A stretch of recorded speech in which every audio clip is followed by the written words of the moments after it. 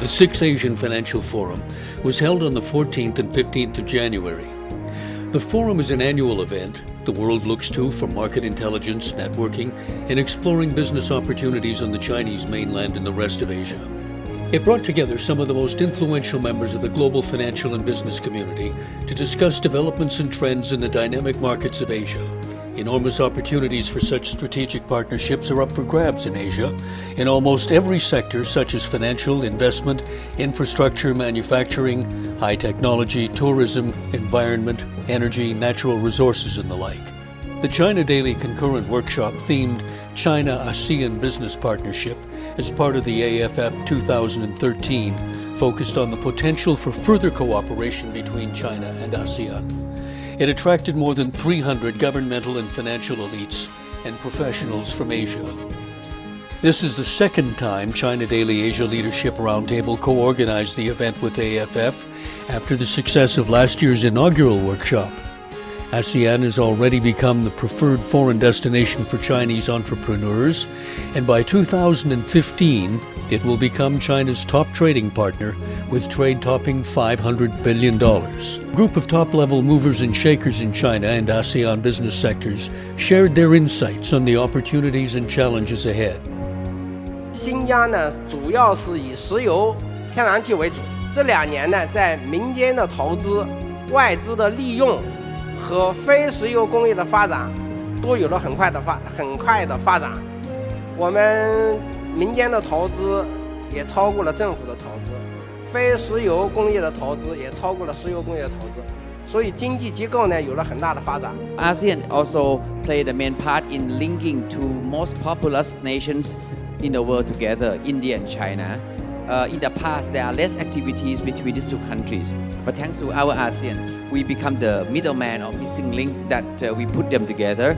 Now India is trading with ASEAN and through ASEAN to China. Likewise, China with ASEAN to India as well. Similarly, today a China businessman go to either Indonesia, Thailand, have a different political structure, a different culture.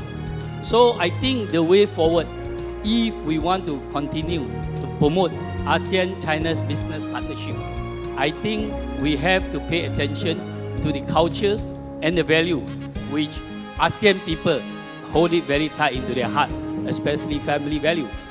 Countries within ASEAN and China itself are sort of finding niches to their businesses, because not everyone can make cars, not every country can make cars, not everyone can make computer chips, and not everyone can make cheap clothes and shoes and so on. So every country, I think, within this economic arrangement is trying to find its niche.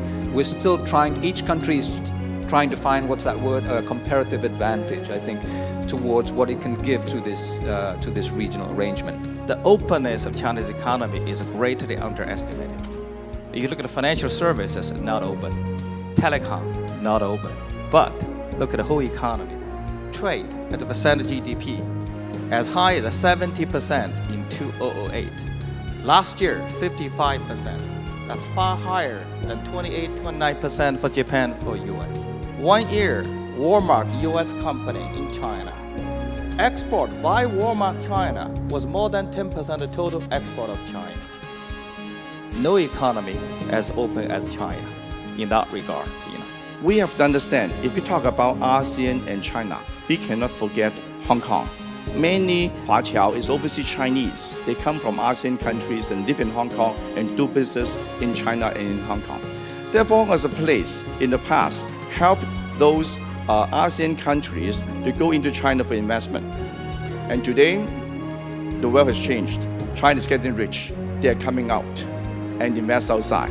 And Hong Kong is a place for them to raise funds to invest in other parts of the world. But today, we particularly talk about in ASEAN countries. Well, Hong Kong, in this position, we enjoy a very good relationship with ASEAN. And we are also working to strengthen the partnership and cooperation with ASEAN in many ways, areas of mutual interest. And in fact, in 2011, Hong Kong has made a formal request to join the ASEAN-China Free Trade Area.